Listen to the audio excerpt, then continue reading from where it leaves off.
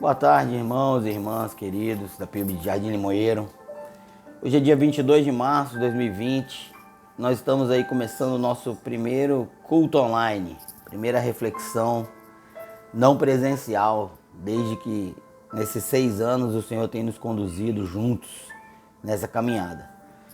E eu fiquei pensando durante essa semana em que houve esse momento difícil de isolamento social, de recolhimento às nossas casas, de que as autoridades decretaram por conta dessa pandemia, né, que as pessoas deixem de estar tendo comunhão.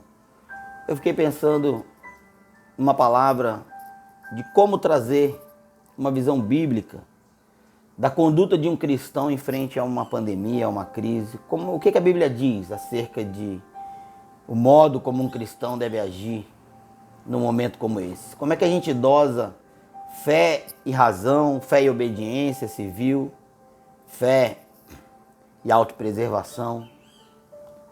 E diante disso eu fui procurar na palavra de Deus as orientações necessárias, porque o nosso Deus é um Deus de amor, um Deus de sábio, que nos orienta e nos dá resposta para todos os momentos. E Ele está no controle de tudo, Ele está no controle do universo, deste mundo. E essa crise que se abate agora, eu quero mostrar para vocês de que, apesar de um momento difícil, mas ainda está sob o controle do Senhor e tem um propósito amoroso para o homem. Em primeiro lugar, eu quero dizer que a Bíblia fala de doenças, de pestes, de epidemias, de pandemias. E quando nós vemos o que a Bíblia diz sobre isso, basicamente entendemos que isso decorre da maldição do pecado. Quando Deus criou o mundo, meus amados irmãos, a Bíblia diz que Ele viu que tudo era muito bom. Lá em Gênesis capítulo 1. Isso quer dizer que as doenças não faziam parte da criação original de Deus. Mas quando o homem transgrediu a vontade de Deus, a vontade divina, perfeita e santa, foi necessário então uma punição por essa desobediência. E a palavra de Deus nos mostra lá em Romanos capítulo 8, versículo 22, que toda a criação sofre e foi submetida a um rebaixamento, a um desajuste como consequência do pecado.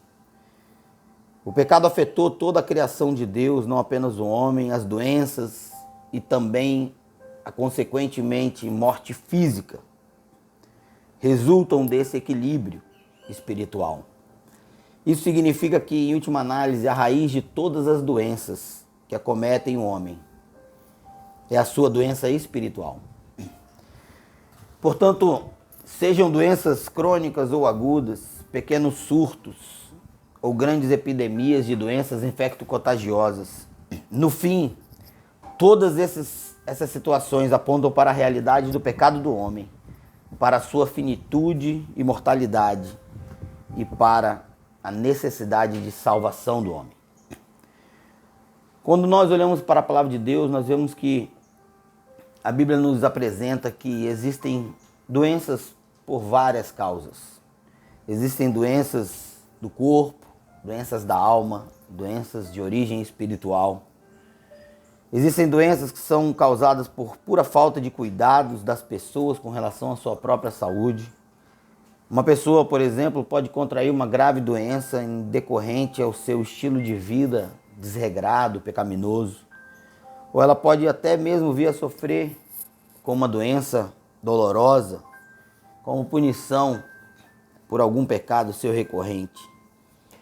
Lá em João capítulo 5, diz a Bíblia que um homem sofria havia 38 anos, lá no tanque de Betesda.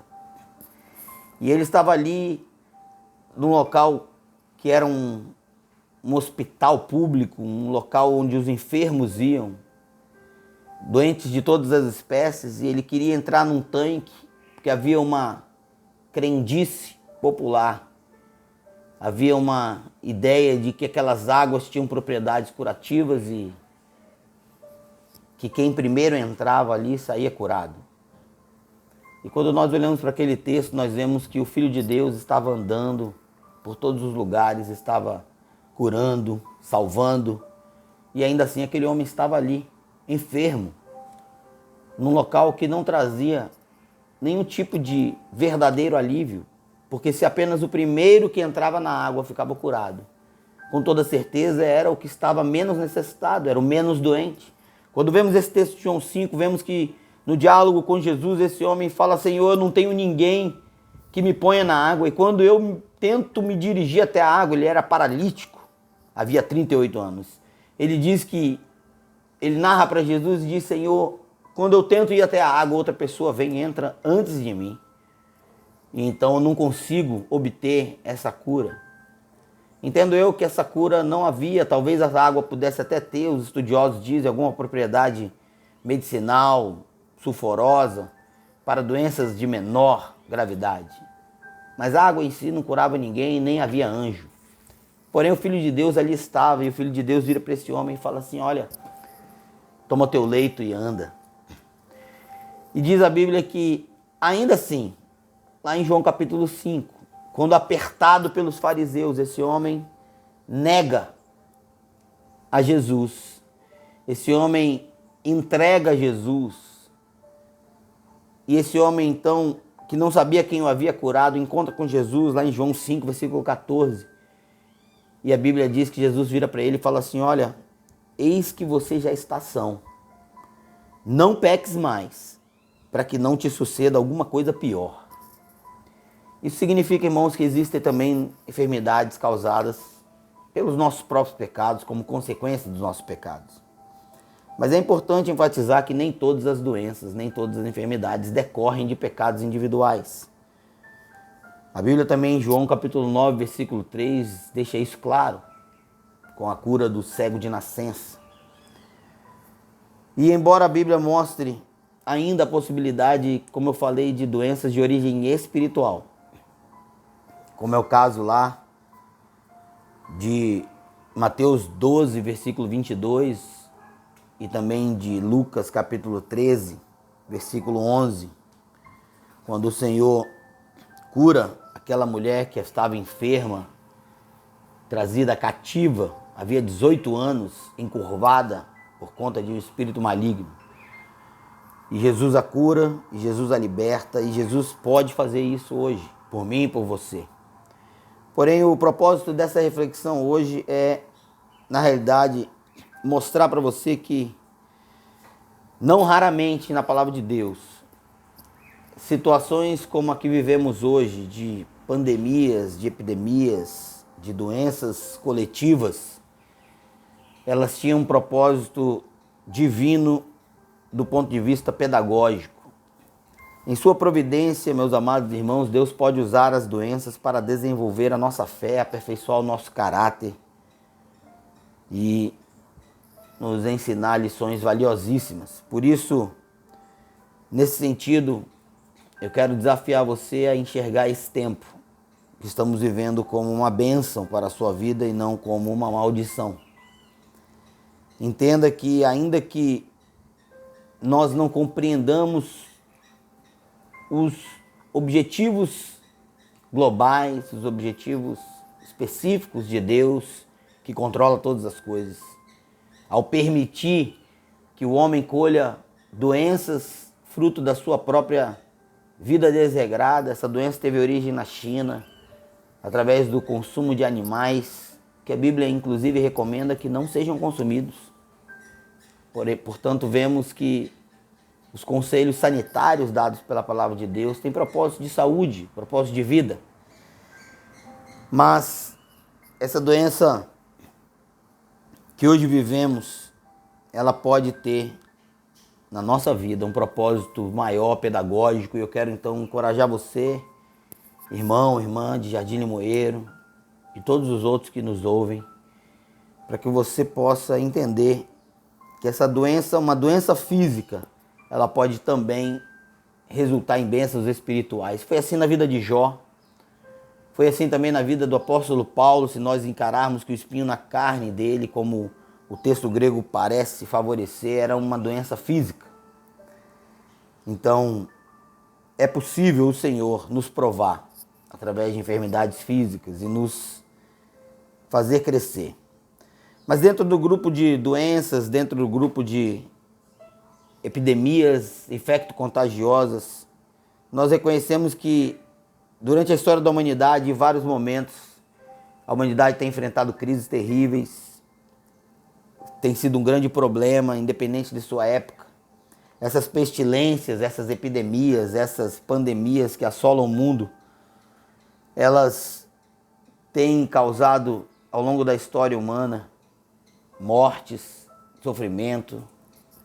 E é preciso então que nós cristãos percebamos que elas também servem para nós de advertência, de sinal.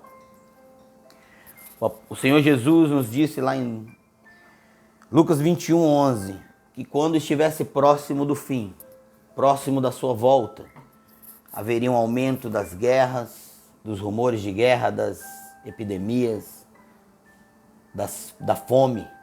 E inclusive o Senhor Jesus linka essas grandes epidemias, a peste, a fome, porque Ele sabe que isso afeta toda a economia, como vemos agora o mundo mergulhando às vésperas de uma recessão econômica mundial em meio a uma pandemia de saúde. E isso gera um sofrimento terrível àqueles que menos têm. Por isso nós, como Igreja do Senhor, precisamos acordar para o que é necessário fazer enquanto cristãos, verdadeiramente, demonstrando o amor de Jesus, demonstrando o que significa ser verdadeiramente cristãos em meio a um momento como esse. Essas pandemias, esses juízos, na realidade, eles estão misturados com a misericórdia de Deus. Nós podemos ver em toda a história humana a ira de Deus misturada com a graça. Porque a humanidade pode sofrer com essas calamidades, mas ela não é exterminada por elas. Deus dá ao homem ainda uma oportunidade de reconhecer a sua miséria e de se arrepender do seu mau caminho.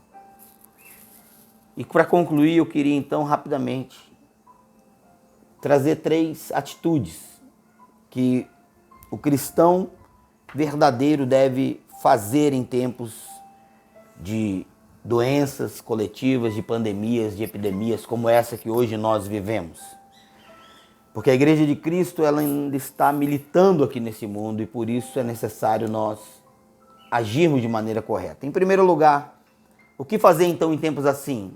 Em primeiro lugar, confie em Deus. Meus amados irmãos, nós devemos confiar em Deus. No cenário de pandemia, o crente deve ser caracterizado pela sua fé, não pelo medo. Ele não pode entrar num estado de paranoia, como se a calamidade fosse insuperável. Pelo contrário, tempos de crise se mostram verdadeiras oportunidades para que os seguidores de Jesus testemunhem da sua fé.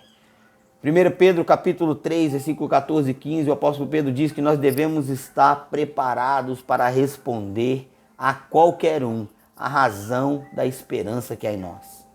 Por isso, meus amados irmãos, confie em Deus e fique preparado para compartilhar sua fé com todos aqueles com que você tiver contato durante esse período, com a sua família, com seus amigos.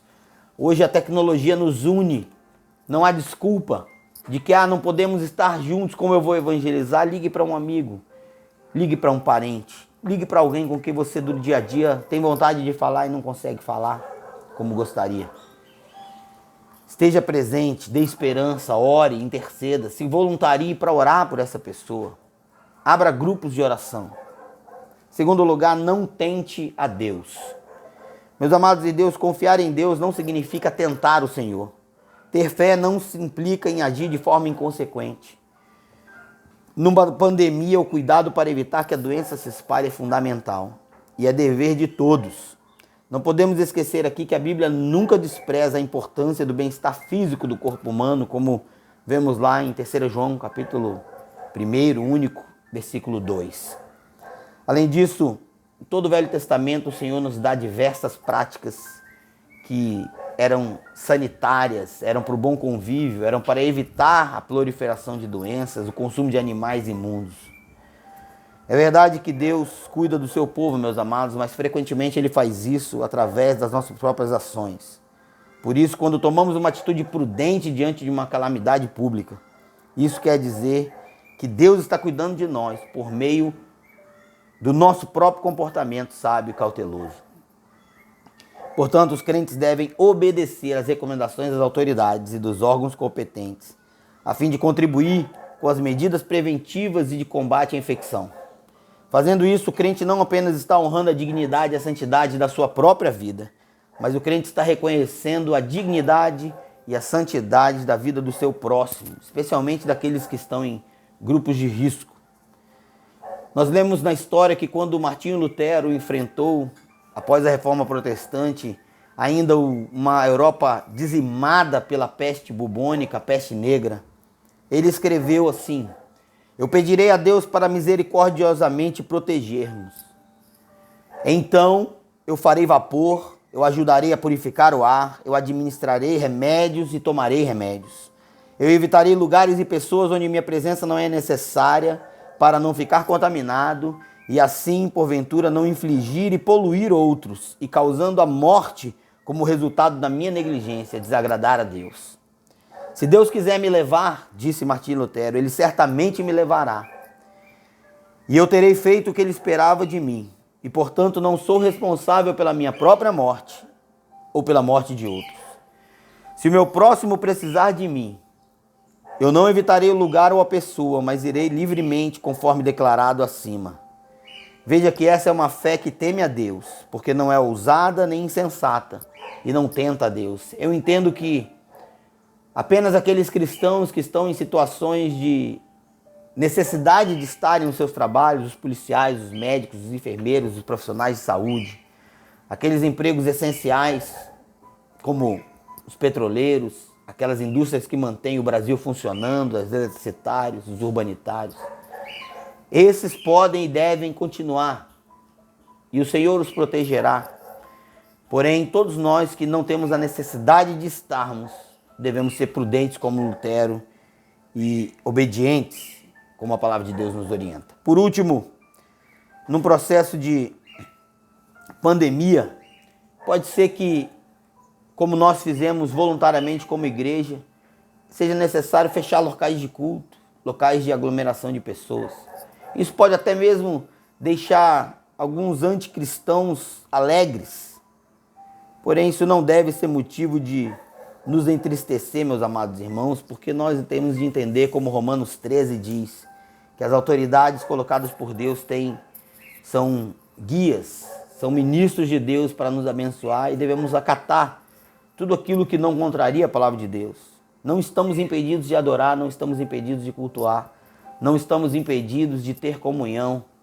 Estamos tendo comunhão agora, você e eu, em espírito, porque o Espírito nos une, a palavra nos une, o amor nos une. Em terceiro e último lugar, meu amado irmão, eu quero desafiar você, além de confiar em Deus, além de não tentar o Senhor, eu quero convidar você a ter a atitude de olhar para a providência do Senhor. O crente jamais deve deixar de olhar para a providência divina. Por maior que seja o estado de calamidade do mundo, o trono de Deus continua reinando sobre tudo e nada passa despercebido do seu olhar. Por isso, em meio a uma pandemia, a oração deve prevalecer sobre o desespero e a ansiedade. O cristão deve orar sabendo que Deus governa todas as coisas, que Ele é misericordioso e poderoso para nos curar, diretamente, se Ele assim quiser, e indiretamente através da sabedoria que Ele tem dado aos médicos, através da medicina. Além do mais, confiante na providência divina, o cristão deve evitar questionar o porquê ou disso ou daquilo e deve conformar-se e consolar-se com a verdade da palavra de Deus que diz em Romanos 8:28 que todas as coisas cooperam para o bem daqueles que o amam, daqueles que amam a Deus. De fato, nós podemos entender isso e reconhecer isso e que o nosso Deus então nos permita crescer espiritualmente nesse momento, em gratidão e reconhecimento a Deus por tantas bênçãos que Ele nos deu e nós não valorizávamos adequadamente. Hoje nós estamos aqui distantes, impedidos de nos congregar e muitos estão revoltados, estão indignados, até mesmo com Deus por conta disso. Mas eu quero dizer para você, meu irmão amado, minha irmã amada, que isso serve para que nós reconheçamos que tantas e tantas vezes nós deixamos de estar presentes em culto, na igreja, em comunhão, por bobagens, porque o irmão fulano fez isso, disse aquilo. Hoje nós estamos impedidos por uma necessidade de saúde, de obediência civil, de obediência a Deus. Então devemos aproveitar esse tempo para que possamos exercer o verdadeiro cristianismo, que é o amor, acima de tudo, orando, intercedendo e também, meus amados irmãos, socorrendo e amparando com os nossos bens o nosso próximo. Como fez o bom samaritano, assim devemos fazer. Nós temos vizinhos em estado de desemprego, irmãos da igreja ainda desempregados. O desemprego tende a aumentar, infelizmente, nesse momento de crise e recessão, e é necessário que você e eu poupemos tudo aquilo que Deus tem nos dado, para que tenhamos com o que socorrer ao nosso irmão.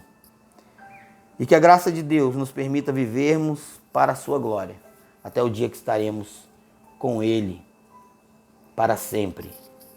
Amém. Que Deus nos abençoe.